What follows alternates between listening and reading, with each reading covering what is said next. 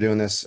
Just wide net, how is rehab been going? And then just the second part of that, I know there's a lot of questions that'll go along with the recovery, but is there a date or a date range that you're driving to, be back, even if it is, a lot of months from now?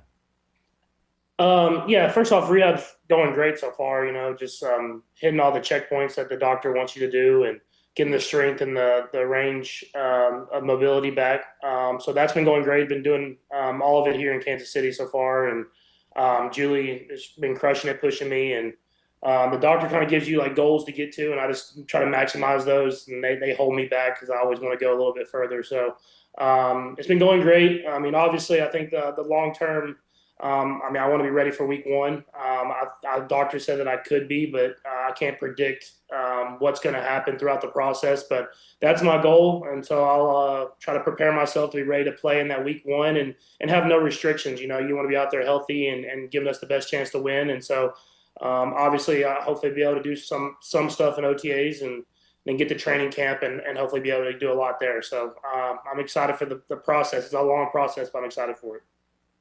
Um, just wondering, just you mentioned OTAs and training camp. You guys have layer onto your playbook every year. I don't know whether you'll have new voices in the room with coaches or whatnot, but regardless, I know you guys will at least change up some things offensively. How will you keep up to speed on that? And obviously, you did this as a rookie. I just wonder if you might lean on that experience at all. Yeah, I think more than anything, it's just being in there, being in the room, being on the field as much as they'll let me, and then when I'm not able to take the reps, kind of getting those mental reps behind the play and seeing everything develop. The coaches will put me in the right position in order to do that. But I take it slow, but at the same time, I'll push to be out there as much as I can be. And so we have a great plan in place as far as kind of where we want to get to. But we have to let it all play out and kind of take it a day at a time, which it's been hard for me, but at the same time, it makes me get the best out of every single day. We just haven't been able to talk to you since the injury for obvious reasons, but just wondering, what was that moment like for you on the field? Yeah, I mean, obviously, I knew something had happened, but once I was able to walk a little bit, I thought I might have a chance to kind of get back into the game. You kind of go into the 10, they do the test, and they want to take you back to the locker room. And so you don't know for sure and everything like that. But when I was able to move, I asked one of the doctors if I could get a brace and just finish the game, but they wouldn't let me. And so they obviously it kind of sunk in once the game ended, and then I was able to get the results from the MRI and stuff like that, which it's hard, but at the same time, you got to kind of flip the script fast, knowing that it's going to be a quick turnaround to get to this season. And so now it's just been motivating, trying to push myself to, like I said, as much as they'll let me push myself to be ready for next year. I'll have two quick questions here, real quick. Patrick, you mentioned you're sort of eyeing OTAs, but like every year in April during the offseason workout program, you've attempted to bring the guys down there to Texas with you. How is this process going to affect what you normally do with your receivers? I mean, I can't speak for what Coach Reed exactly is going to do, but I would expect us to kind of be here a little bit earlier, just with me already being here. I've talked to some of the receivers already. I mean, I think that's kind of the mindset that we have is we want to be in the building and getting back to it. And I mean, the thing about when you lose and you don't make the playoffs, you have a longer off season than you usually have. And so I think guys are getting away right now, kind of getting their minds right, getting their bodies right. But guys are hungry to get back out there. I mean, it's hard to watch these playoff games. And so we'll be in the building, and you'll try to build that camaraderie that way, is just doing stuff around Kansas City, maybe taking to some Royals games or wherever that is, and try to build those relationships with those guys. And then being in the building, you'll be able to get the same work that you would have got kind of down there in Texas. And Patrick, you mentioned this season. I'm sure you've had an opportunity now to actually look back at what has happened. What went wrong in 2025, in your opinion? Yeah, I think just compounding mistakes. I mean, you make mistakes throughout a game. For myself, I look at some of the red zone interceptions I threw and kind of bigger moments in the third and fourth quarter of games. I mean, that's stuff that I hadn't done in the past. And so, speaking for myself, just trying to be better in those moments. And then I think offensively, we weren't consistent enough throughout games. We had stretches in games where we played good. We had stretches in the season where we played really good, but we got to be better. And that starts with me, and then it kind of has to feed throughout the entire offense. And so I think, like I said, guys are motivated.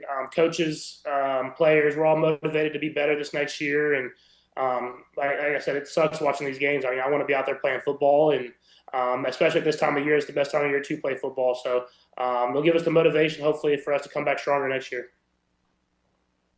Well, Patrick, you mentioned the offense, just a couple things here and there, but does this feel like to you like there's just a couple little tweaks, or does there need to be some sort of a kind of an overhaul to the offense? What sort of things do you think the offense needs to do here while you guys have a little extra time that you're not used to having?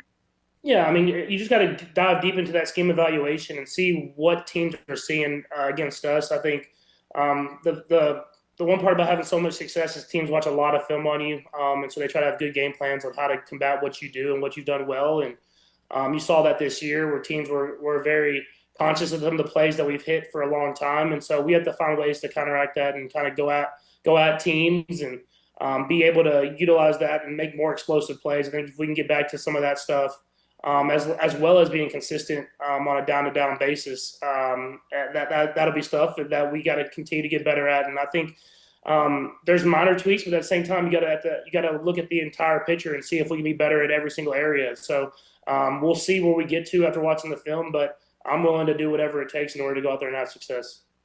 And it looks like you may lose your coordinator. Matt Nagy's taken some head coaching interviews and is not under contract next year. I mean, what did he mean to you these last few years and early on when you had him as well? If he's not going to be around, what will that be like? Yeah, I mean, I love Coach Nagy, and he's done a lot of great things in my career to help me become the quarterback that I am. And I know that he's looking to take that step and get back to the head coaching spot. And I hope he gets another opportunity to do that. But he's a great man, a great person. It's been cool to see like the changes of him as a coach, as him going to be a head coach and coming back. But he gave me a lot of ideas to be better as a person, as a quarterback. And so I'm hoping the best for him as he goes through this head coaching process and he gets another opportunity to go out there and lead an organization. Thanks for making time. Just a clarification first. Is your surgery more accurately called a repair or a reconstruction? Are you able to articulate that? Then I'll just have a follow-up. Honestly, like both of them, I feel like mean the same thing. But I think what I got from my doctor that kind of cleared it up for me is obviously I had the ACL and the LCL, but everything else was clean. And so like as bad as it was as clean as it could be. I found out there's a lot of little things that could happen around that knee that I had never even known. So I was lucky enough, God blessed me enough to not do some of those little things that could prolong the injury. So now it's just about rehabbing and getting the LCL and the ACL right, giving it time to rest, but at the same time building up that strength so that whenever I am ready to go, I'm ready to go. And just with that, you've talked so much already about how much you're pushing yourself. Is there any kind of balance or challenge to thinking about your urgency to get back versus, really thinking long term for your future years from now? Yeah, for sure. I mean, that's something that I have to think of. I think the coaches and the organization all has to think of. But at the same time, that's why they give me limits to where I can push it. It's like Dr. Cooper did. He described that to me. He said, I'll give you the limits of where you can push it to, and then it's up to you how far you want to push it to that limit. And knowing me, I'm going to push it to the exact limit every single day. And so there's places you can't go yet, which I want to, but I can't go yet. But at the same time, they're doing it for a reason, and that starts with Dr. Cooper and his team. That starts with Julie and Rick and all them in the training room, and it kind of feeds throughout the entire organization. Thanks, Patrick. Let's go. Julie, you've obviously worked with her a lot over the years. How important is that relationship when you're going through something like this?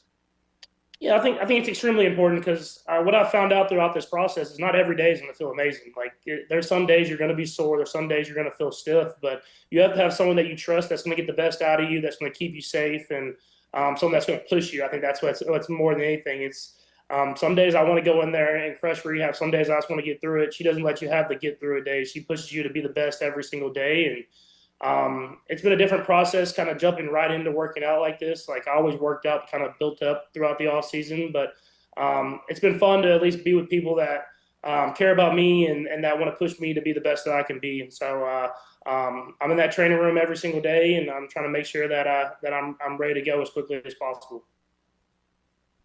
Let's go next to Matt Derrick. Patrick, appreciate your time. And two questions for you. One, you mentioned, working with Julie and being here in Kansas City.